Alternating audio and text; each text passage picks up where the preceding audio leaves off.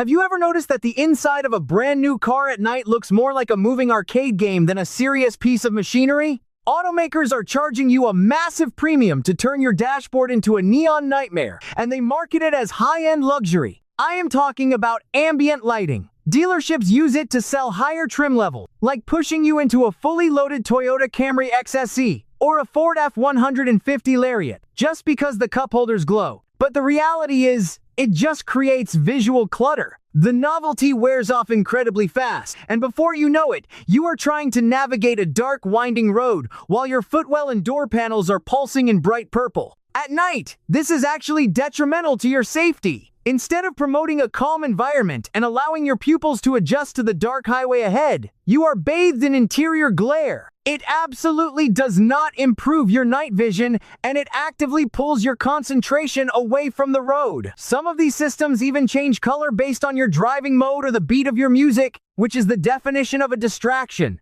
A lot of drivers report feeling fatigued or disconnected from the road when driving with these lights on, and many just dig into the infotainment screen and turn them completely off. Furthermore, from a mechanical standpoint, you are adding miles of delicate wiring and cheap LED control modules to the vehicle's electrical system. Fast forward a few years, and you are dealing with flickering door panels, burned-out dimmer switches, and parasitic battery drains. Fixing a dead LED strip inside a modern door panel can easily run you about $350 at the dealership because of the labor involved. It does not make the car faster. It does not make it last longer. It just drains your wallet and turns your cabin into a distraction. Speaking of things that can be frustrating, let us talk about the electronic trunk release and those kick sensors that make people look ridiculous in parking lots. You have probably seen someone standing behind their Hyundai Ioniq 5 Limited, waving their foot under the rear bumper like they are trying to fight an invisible ninja, and the trunk absolutely refuses to open. The system relies on capacitive sensors mounted behind the plastic bumper cover. The trick that nobody tells you is that you do not swipe your foot side to side. You make one clean, straight kicking motion forward and immediately pull your foot back. The sensor is looking for that specific break in the electrical field. But if you do not want to deal with that at all, practically every modern vehicle has a hardwired trunk release button hidden somewhere in the cabin, usually low on the driver's side door panel or tucked under the dashboard. Because modern cars operate on a complex CAN bus network, this interior button is always hot. You do not need to have the engine running or the key in the ignition. You can hit that button before you even step out of the car, releasing the latch so you do not have to fumble with your key fob when your hands are full of heavy bags. It is a simple habit that streamlines your day, assuming you know exactly where the manufacturer hid the button. Now, I want you to go out to your car, pull the front passenger seatbelt all the way out, and look near the bottom anchor point. You will likely see a thick section of fabric folded over on itself and heavily stitched together. Most people think this is just sloppy manufacturing or leftover material from the factory. In reality, it is a highly engineered, critical safety device known as an energy management loop. Think of it as a mechanical shock absorber for your body. If you are in a front-end collision at 60 miles per hour, the sudden deceleration places a massive amount of physical stress on the seatbelt webbing and on the passenger's chest. During that violent impact, the heavy-duty nylon threads in that folded loop are precisely calibrated to tear apart under specific load limits. As the stitches pop one by one, the belt gradually releases an extra 2 to 3 inches of slack. This tiny bit of controlled stretching slows down the body's forward momentum just enough to prevent the seatbelt from shattering your collarbone or causing severe internal injuries. It also prevents the entire belt assembly from snapping under peak tension. Interestingly,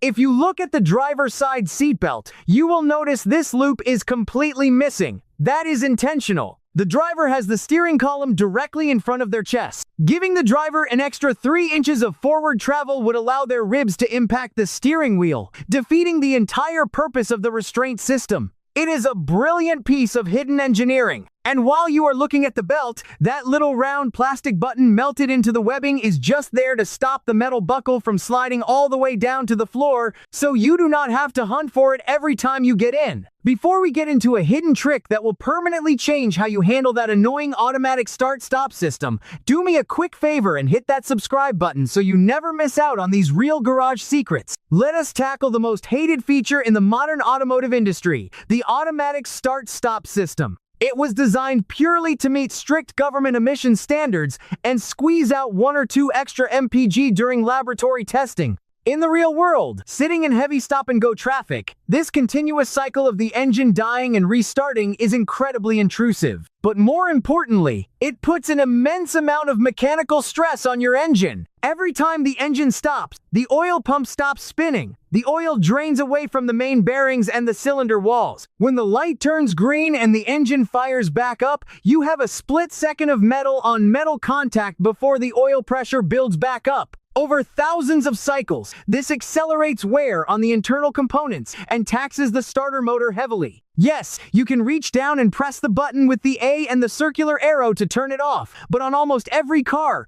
the system defaults back to being entirely active the next time you start the vehicle. However, there is a hidden bypass built right into the brake pedal. The system uses a pressure transducer on the brake booster to know how hard you are pressing the pedal. If you are driving a newer BMW 330i or a similar modern car, and you come to a stop, you can ease up on the brake pedal just enough to keep the car completely stationary, but without pressing it firmly to the floor. There is a secret pressure threshold. Because you are holding it lightly, the computer assumes you are creeping forward in traffic and refuses to shut the engine down. You can completely control the start-stop system using nothing but muscle memory and foot pressure, completely bypassing the need to hunt for the override button every single time you drive. Since we are talking about annoying dash lights and sensors, let us talk about the phantom low tire pressure warning. It is a freezing morning. The temperature just dropped down to about 25 Fahrenheit, and your TPMS light is glaring at you from the gauge cluster. You get out your gauge, you check all 4 tires, and they are all sitting perfectly at 35 pounds per square inches. You think the system is completely broken, and you are looking at a $150 sensor replacement. What almost nobody realizes is that if your vehicle came with a full-size spare tire hidden under the trunk floor, that spare tire also has an active TPMS sensor bolted to the valve stem. While you are checking the 4 wheels on the ground, that spare tire in the trunk has been slowly losing air over the last 3 years. The extreme cold caused the air density inside the spare to contract, dropping its pressure down to maybe 26 pounds per square inches, which triggers the dash light. Before you take the car to a mechanic and pay for a diagnostic fee, pop the trunk, dig out the spare, and put some air in it. It is one of the most common ghost problems in the automotive world, and the fix costs absolutely nothing. There is a massive misconception floating around that old cars from the 1950s and 1960s were built like tanks and were much safer because they were made of thick, heavy steel. People look at a modern car that hit a pole at 40 miles per hour and the entire front end is completely obliterated, and they think the new car is weak. That destruction is actually exactly what is keeping you alive. It is the genius of the crumple zone. In an old heavy steel car, the vehicle would hit a brick wall. The front bumper would barely dent, but all of that kinetic energy had to go somewhere. It traveled straight through the rigid frame directly into the soft human bodies sitting in the cabin. Modern vehicles are designed with a reinforced central safety cell around the passengers, but the front frame rails and the rear structure are intentionally weakened with accordion-style folds in the metal. When a collision happens, the front of the car crushes like an empty soda can. It sacrifices itself to absorb the violent energy of the crash, stretching the impact event out over a few extra milliseconds. This controlled deformation reduces the G-forces transferred to your body, allowing the airbags and seatbelts to actually do their job. So, when you see a wrecked car with the front end completely missing but the doors can still open perfectly, that is not cheap manufacturing, that is incredible engineering that just saved someone's life. I am about to show you a critical mistake people make when doing their own brakes on modern cars that can instantly cost thousands of dollars to fix. But before I give you the solution, take a second to subscribe to the channel if you are getting value out of this garage talk. If you like to do your own maintenance, you need to understand how the electronic parking brake, or EPB, has completely changed driveway brake jobs. In the old days, you had a steel cable connected to a handbrake. Today, almost every car, from a basic Honda Civic up to a heavy-duty truck, uses an electric actuator motor bolted directly to the rear brake caliper. When you pull the little switch on the console, the motor whirs and physically clamps the brake pads down. The massive mistake happens when people take the rear wheels off, grab a traditional clamp, and try to forcefully squeeze the brake piston back into the caliper to fit the new, thicker brake pad. If you do this on an EPB-equipped car, you will physically shatter the plastic planetary gears inside the expensive electric motor. You will hear a loud crack, your dash will light up with brake malfunction errors, and you just bought yourself a $450 replacement actuator. To do this job correctly, you have to put the car into service mode.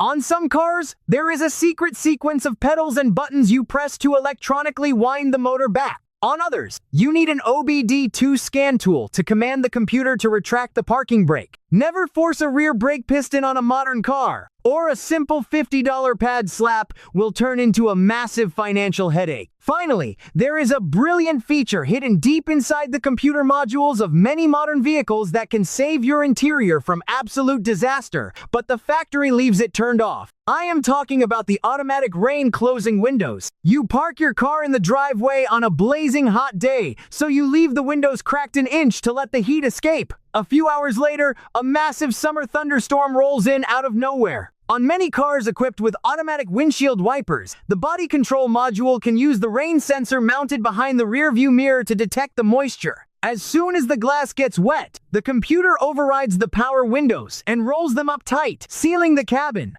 The problem is, manufacturers usually disable this feature by default due to liability reasons, terrified that someone might leave their fingers in the window gap. To get this protection, you usually have to dig deep into your infotainment vehicle settings menu, under the Windows or Convenience tab, and manually toggle the rain closing feature to active. If you do not turn this on, that sudden storm is going to soak your seats, ruin your expensive leather, and leave water trapped in the floor carpets. Over time, that trapped moisture turns into severe mold and a horrible wet dog smell that you will never be able to get out of the upholstery. Your car is hiding a lot of secrets, and knowing exactly how these systems actually work saves you time, saves you a ton of money, and prevents massive headaches in the driveway. I want to hear what is going on in your own garage right now. Drop down into the comments and tell me what error codes you are fighting, what weird electrical gremlins your vehicle has, or how many miles you have managed to squeeze out of your current daily driver. Let us figure it out together.